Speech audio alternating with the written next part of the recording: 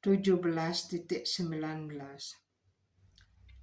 Mudagrah benat manoyat Pidaya kriyate tapa Parayo sadana tamwa Tatu masam udarta.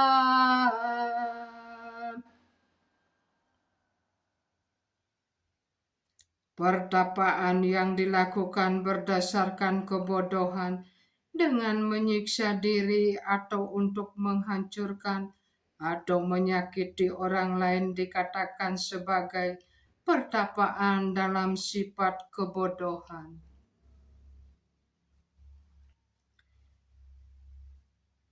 Dayam itiya danam diyate nopakarine dese kale capatraca dadah mensatwikam smerta.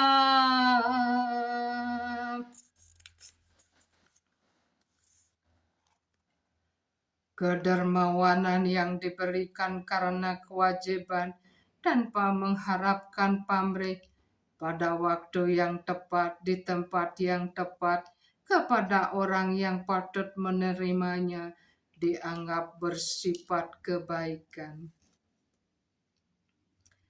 Yato prasyo pakarta pala odesya ya puna dia teca pariksistam tadanam rajasam smertam.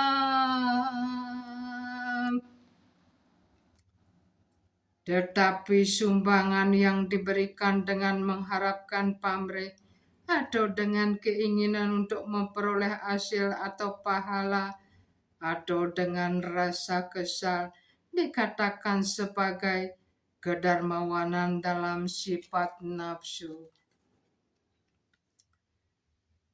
Ade sakale adama apa trebias jadiyate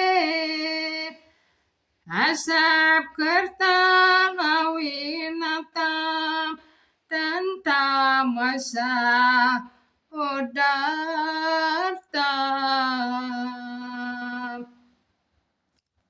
Sumbangan-sumbangan yang diberikan di tempat yang tidak suci pada waktu yang tidak suci kepada orang yang tidak patut menerimanya atau tanpa perhatian dan rasa hormat yang benar dikatakan sebagai sumbangan dalam sifat kebodohan. Om Tat Sat Iti Nirdeso Brahmana Striya Vedasmarta Brahmana Stena Vedascha Yadnascha Vivita Pura.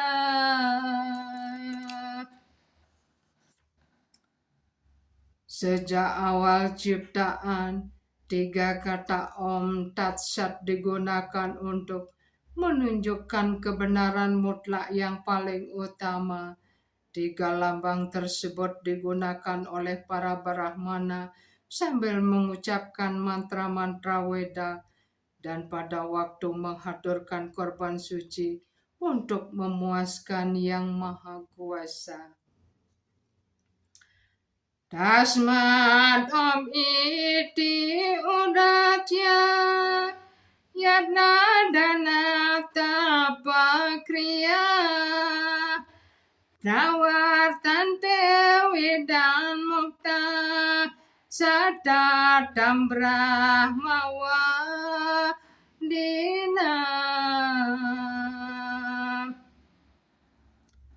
Karena itu para rohaniawan yang melakukan korban suci, kedermawanan dan pertapaan menurut aturan kitab suci selalu mulai dengan Om untuk mencapai kepada Yang Maha Kuasa. Tadi anabi sandaya palam yadna tapa kriya dana kriya cawi wida kriyan temaksakan sibe.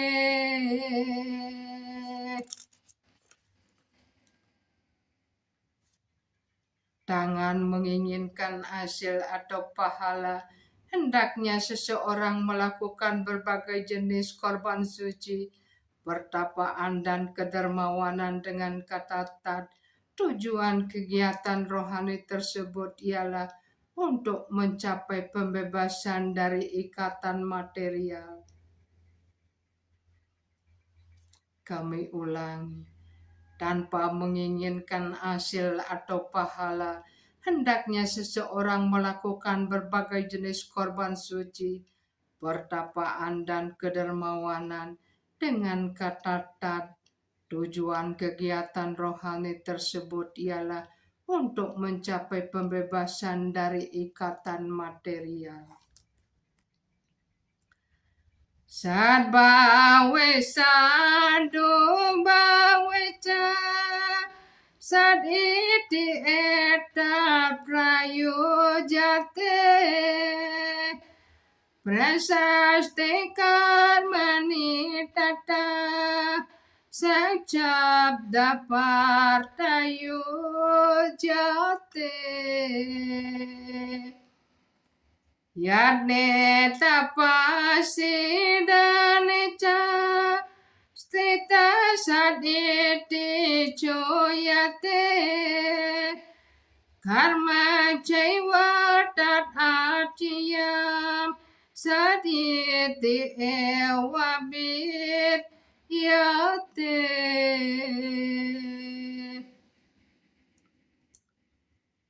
Kebenaran mutlak adalah tujuan korban suci bakti. Kebenaran mutlak ditunjukkan dengan kata sat. Pelaksanaan korban suci seperti itu juga disebut sat. Segala pekerjaan korban suci, pertapaan dan kedermawanan yang dilaksanakan untuk memuaskan kepribadian Tuhan Yang Maha Esa dan setia kepada sifat mutlak yang disebut sat.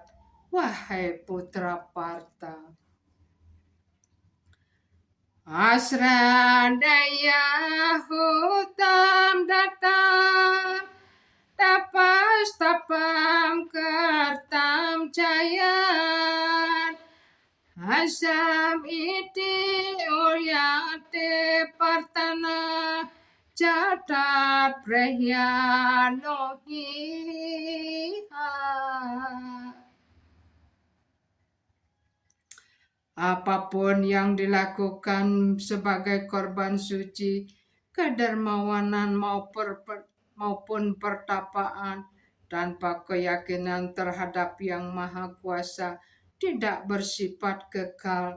Wahai putra Partha, kegiatan itu disebut asat, tidak berguna dalam hidup ini maupun dalam penjelmaan yang akan datang.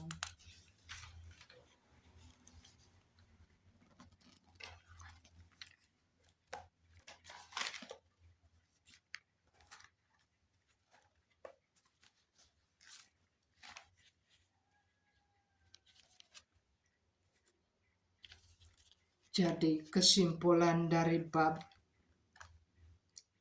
17, golongan-golongan keyakinan. Ada 3 jenis keyakinan yang masing-masing berkembang dari salah satu di antara 3 sifat alam. Perbuatan yang dilakukan oleh orang yang keyakinannya bersifat nafsu dan kebodohan hanya membuahkan hasil material yang bersifat sementara, sedangkan perbuatan yang dilakukan dalam sifat kebaikan menurut kitab suci menyucikan hati dan membawa seseorang sampai tingkat keyakinan murni terhadap Sri Krishna dan bakti kepada Krishna. Demikianlah selesai penjelasan Bhaktivedanta mengenai bab 17, golongan-golongan keyakinan.